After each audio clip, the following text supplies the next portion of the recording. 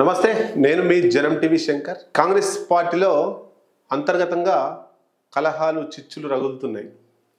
గత ఎన్నికల్లో గెలిచి ఊపు మీద ఉన్నటువంటి రేవంత్ రెడ్డి అనే టీంకి బీఆర్ఎస్ పార్టీ నుంచి వస్తున్న వారితోటి ఈ కాంగ్రెస్ పార్టీలో ఉన్నటువంటి సీనియర్లతో తలనొప్పిగా మారిందనేటువంటి ఘటన ఈరోజు పునరావృతమైంది.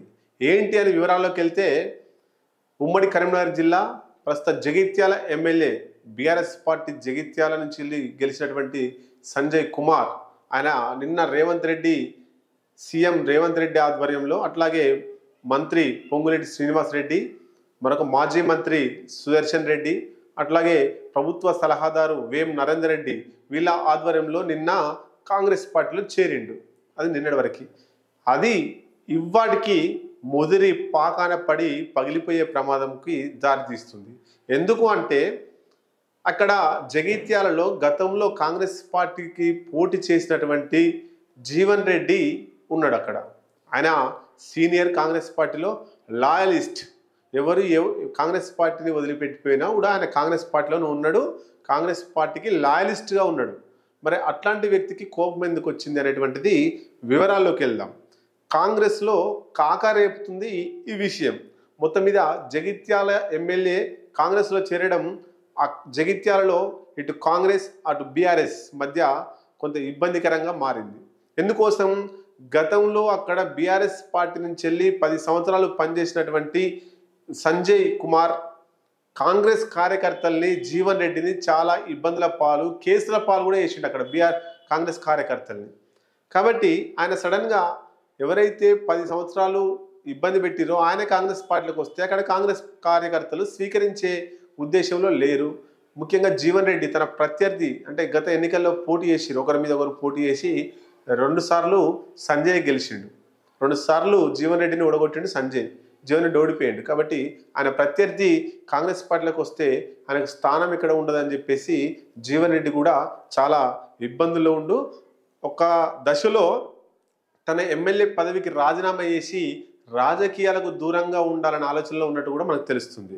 అయితే ఎమ్మెల్సీ పదవికి రాజీనామా చేసి ఇంకో పార్టీలో పోయే ఉద్దేశంలో లేదు, ఇంకో పార్టీకి పోతాన ఆలోచన లేదు. కాంగ్రెస్ పార్టీ లాయలిస్ట్ కాబట్టి కాంగ్రెస్ పార్టీలోనే దూరంగా ఉండాలనే ఆలోచనకు వచ్చినట్టు మనకు తెలుస్తుంది. అయితే ఇక్కడ జీవన్ రెడ్డికి మద్దతుగా కాంగ్రెస్ పార్టీ కార్యకర్తలు జగిత్యాలకు సంబంధించినటువంటి నిర్బంధాలకు ఇదివరకు ఎదుర్కొన్నటువంటి కార్యకర్తలందరూ కూడా జీవన్ రెడ్డికి సపోర్ట్గా ఆయన ఇంటికి పోతున్నట్టు మనకు సమాచారం. ఆయన నివాసానికి చేరుకుంటున్నారట.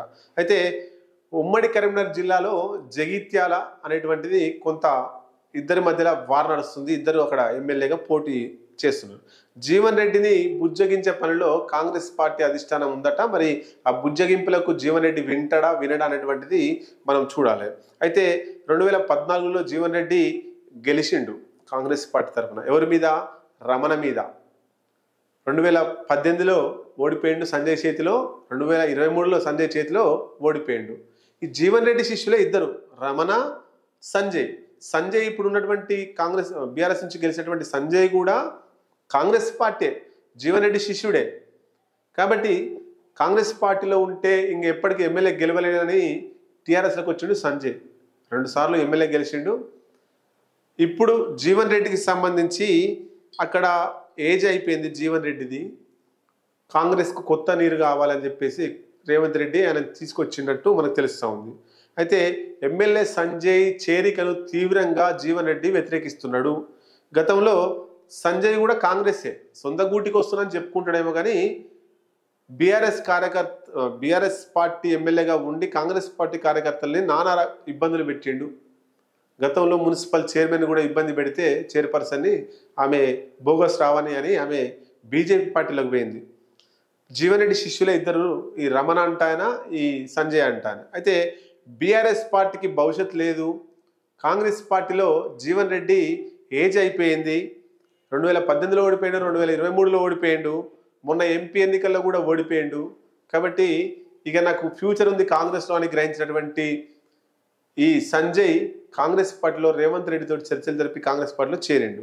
మొత్తం మీద అక్కడ జీవన్ రెడ్డి గట్టిగా వ్యతిరేకిస్తున్నా కూడా ఆయన తీసుకున్నారు. మరి అక్కడ ఉండేటువంటి కాంగ్రెస్ పార్టీ కార్యకర్తలకు రేవంత్ రెడ్డి ఏం సమాధానం చెప్తాడో చూడాల్సిందే.